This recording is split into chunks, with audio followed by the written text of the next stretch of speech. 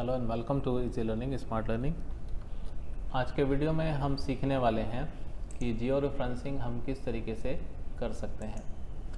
इस geo referencing को करने के लिए सॉफ्टवेयर जो इस्तेमाल होगा वो है आर्क मैप फ्रॉम ArcGIS। ये A3 का सॉफ्टवेयर है और बहुत ही अच्छा सॉफ्टवेयर है।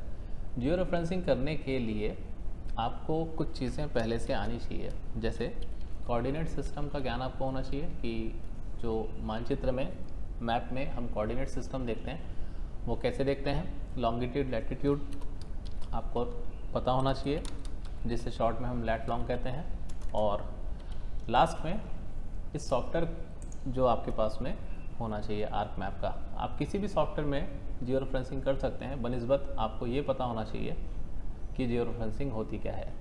आप मान लीजिए आपके पास में कोई मैप है और इस मैप में इवन कोऑर्डिनेट सिस्टम भी आपके पास में पहले से डले हुए हैं, मौजूद हैं।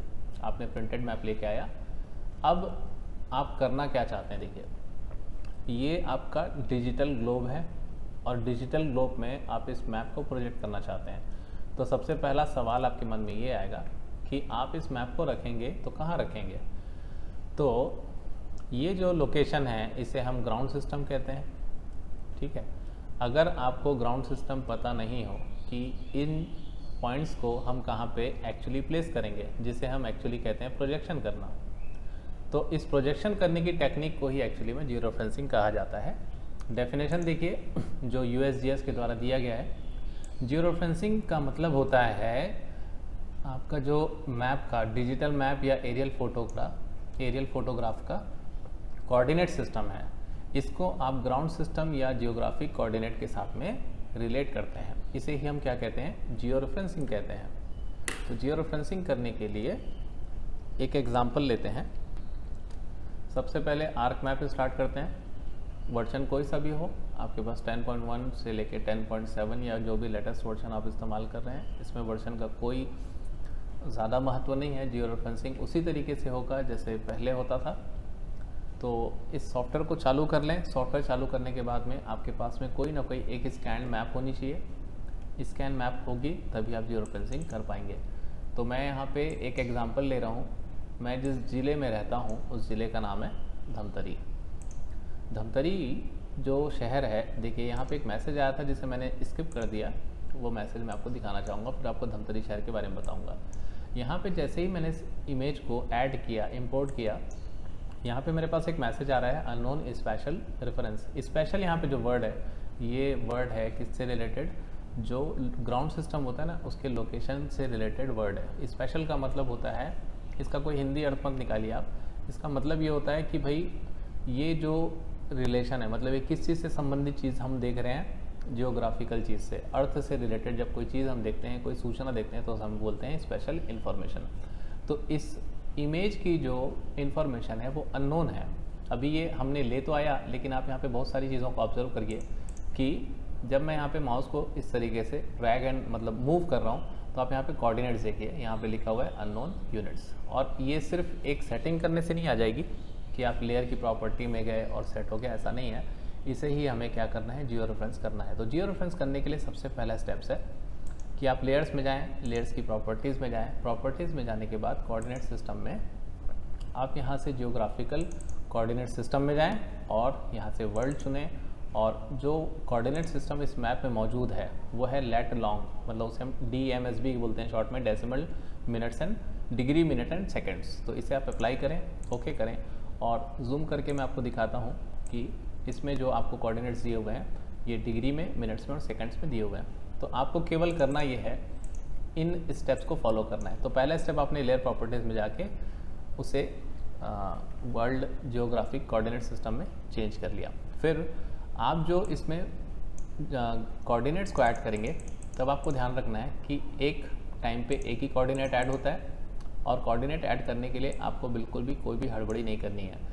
तो आप इंटरसेक्शन का मतलब अगर जानते हो तो ये देखिए, यहाँ पे नॉर्थिंग और ईस्टिंग जो है एक दूसरे से इंटरसेक्ट कर रही हैं इस स्थान पे। तो हम सबसे पहले यहाँ पे जियो रेफरेंसिंग टूल बार अगर आपके पास में पहले से मौजूद हो तो ले आएँ, और मौजूद ना हो तो राइट क्लिक करें टूल बार्स में और यहाँ पे जियो रेफरेंसिंग नाम का टूल बार आपको मिल जाएगा। इसके बाद फिर आप ऐड कंट्रोल पॉइंट में जाएं। ऐड कंट्रोल पॉइंट में जाने के बाद आपको उस लोकेशन पे क्लिक करनी है जहाँ पे आपको कोऑर्डिनेट ऐड करना है, क्योंकि यहाँ का कोऑर्डिनेट हमें मैप में दिया गया है। तो इसे ही हम क्या करना चाहते हैं, अपने डिजिटल मैप में प्रोजेक्ट करना चाहते हैं। ये हमारा टारगेट है। तो यहाँ पे 1 लिखा हुआ आ जाएगा और इसके बाद में जो कर्सर है इसके साथ में आपको लाइन दिखाई दे रही है। तो आप जिस जगह पे क्लिक करेंगे या तो वहाँ पे कंट्रोल पॉइंट ऐड हो जाएगा, जैसे मैं यहाँ पे क्लिक करके दिखाता हूँ, ठीक है, ये मैप उस तरफ मूव हो गया। लेकिन यहाँ पे जो कोऑर्डिनेट दिया हुआ है ये सही है क्या? ये सही नहीं है। तो आप इसे डिलीट करिए। डिलीट करने के बाद में दोबारा से क्लिक करिए और फिर से अगेन आप राइट क्लिक करिए। राइट क्लिक करने के बाद आपको 2 ऑप्शन मिलेंगे, इनपुट एक्स एंड वाई और या फिर इनपुट डीएमएस। तो आपके पास में डीएमएस अवेलेबल है तो आप डीएमएस का चुनाव करिए, और आप चाहें तो इसे कैंसिल करने के लिए कैंसिल पॉइंट भी कर सकते हैं। तो डीएमएस में क्लिक करने के बाद आपके पास यहाँ पे लॉन्गिट्यूड और लैटिट्यूड पूछेगा। तो लॉन्गिट्यूड जो है वो ईस्टिंग में दिया है और लैटिट्यूड जो है वो नॉर्थ या साउथ में दिया रहेगा। तो आपको यहाँ पे नॉर्थिंग मतलब नॉर्थ में दिया हुआ है जो लैटिट्यूड है। तो आप यहाँ पे लॉन्गिट्यूड को टाइप करिए, ये है 81.22.0। यहाँ पे आप देख सकते हैं, ये जब हट जाएगा तो मैं आपको दिखाऊंगा। ये वैसे लिखा हुआ है 81.22.0 मतलब 81 डिग्री 22 मिनट्स एंड 0 सेकंड्स। और उसी तरीके से नॉर्थिंग आप डालेंगे 20.59 और यहाँ पे 0। इसके बाद में आप ओके प्रेस करें और ये ऑटो एडजस्टमेंट चालू हो जाएगा इसका। तो ये इमेज जो है आपसे दूर भागेगी। इसका मतलब ये है कि अब ये सही जगह पे जाना शुरू हो गई है। तो आप सबसे पहले इस बात को याद रखिए कि सबसे पहला पॉइंट आपको ऐड करना है लेफ़्ट साइड में, लेफ़्ट टॉप पे। दूसरा आपको ऐड करना है राइट टॉप पे। तीसरा आपको ऐड करना है बॉटम राइट पे। और चौथा आपको ऐड करना है बॉटम लेफ़्ट पे। तो अभी हमने जो ऐड किया है वो है हमारा लेफ़्ट टॉप। इसके बाद में हम जो दूसरा पॉइंट ऐड करेंगे वो होगा हमारा राइट टॉप। तो राइट टॉप का ये जो कॉर्नर है मैं इस तरीके से जूम कर लेता हूँ और यहाँ पे क्लिक करता हूँ सेकंड पॉइंट ऐड करने के लिए। सेकंड पॉइंट ऐड करने के लिए आप देखेंगे यहाँ पे अभी हमारा यहाँ पे वैल्यूज़ जो आ रहा है वो 1273 के आसपास आ रहा है। नेक्स्ट टाइम जब मैं क्लिक करूँगा तो देखेंगे आप कि ऑटोमेटिक ये हमको सिमिलर मिलेगा। तो अभी मैं सेकंड पॉइंट ऐड करता हूँ विच इज़ 82.6.0 और यहाँ पे जो लैटिट्यूड है वो तो चेंज नहीं हुआ है, that is 22.59 sorry 22.59 and 0 seconds. Okay करिए। ओके करने के बाद में आपका मैप फिर से भागेगा तो आप उसे जूम टू लेयर में जाके पकड़ सकते हैं। अभी मैप आपका घूम गया है और मेरे ख्याल से या तो मैंने कुछ मिस्टेक की है जिसे हम सुधार लेते हैं। ये एक्चुअली में 22 नहीं था, ये 20.59 था। तो देखिए यहाँ पे टाइप्ड है, आप इस पर डबल क्लिक करके इसे चेंज कर सकते हैं। आपका मैप जो है वो सीधा हो जाएगा। देखिए फिर से हम जूम टू लेयर करते हैं। ओके, तो ये हमारा मैप ऑटोमेटिकली स्ट्रेट हो गया। अब हमें तीसरा पॉइंट ऐड करना है। तो अगेन मैं ऐड कंट्रोल पॉइंट में क्लिक करूँगा और इस जगह पे मैं तीसरा पॉइंट जो है ऐड करूँगा। देखिए क्योंकि यहाँ पे इंटरसेक्शन है और मुझे दोनों ही पॉइंट्स यहाँ पे मिल जा रहे हैं, इसलिए मैं यहाँ पे क्लिक कर रहा हूँ और कोई खास वजह नहीं है। तो आप यहाँ पे क्लिक करिए और वापस से जूम आउट कर लीजिए ताकि आपको कंट्रोल पॉइंट्स जो हैं जो कोऑर्डिनेट्स है वो दिखने लग जाएँ। राइट क्लिक करिए, इनपुट डीएमएस करिए और यहाँ पे देखिए 82.6 है, 82 मुझे ऑटोमेटिक टाइप मिल चुका है। तो यहाँ पे 6 करिए, 0 करिए। यहाँ पे 20 है, यहाँ पे 2 की जगह अपने को 4 करना है, देन 0 करना है। क्योंकि ये मैप अब थोड़ा सा टिल्ट होने वाला है तो कोई प्रॉब्लम नहीं है, आप इसे होने दीजिए जैसा भी हो रहा है। यहाँ पे ऑटो एडजस्ट क्लिक होना चाहिए, यहाँ पे सभी जगह राइट क्लिक होनी चाहिए। अब हमें लास्ट पॉइंट ऐड करना है जो हम इस जगह पे ऐड करेंगे।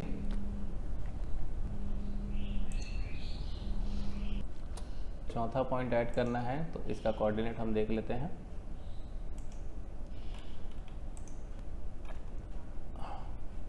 बाय मिस्टेक मुझसे क्लिक हो गया, कोई प्रॉब्लम नहीं है। चौथा पॉइंट हम मैनुअल भी डाल सकते हैं। यहाँ पे जो ऐड हुआ है ये है एक्चुअली ये क्लिक ही गलत जगह हो गया है। तो चौथे पॉइंट को हम इस तरीके से डिलीट कर सकते हैं क्योंकि हमसे मिस्टेक भी हो सकती है या हो सकता है सही जगह क्लिक हुआ हो, मैं ही यहाँ पे मिस्टेक कर रहा हूँ। तो ये हमारा चौथा पॉइंट था और चौथे पॉइंट को हम इस तरीके से ऐड करेंगे, इनपुट डीएमएस।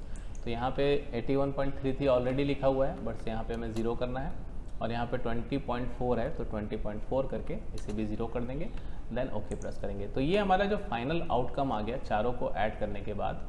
तो ये हमारे 2 स्टेप्स पूरे हो गए कि सबसे पहले आपको 4 कंट्रोल पॉइंट्स ऐड करने हैं, वो भी इस पैटर्न पे, ठीक है। तो मैं इसे स्टेप 1 एंड 2 का नाम देते रहूँ, 1 एंड 2।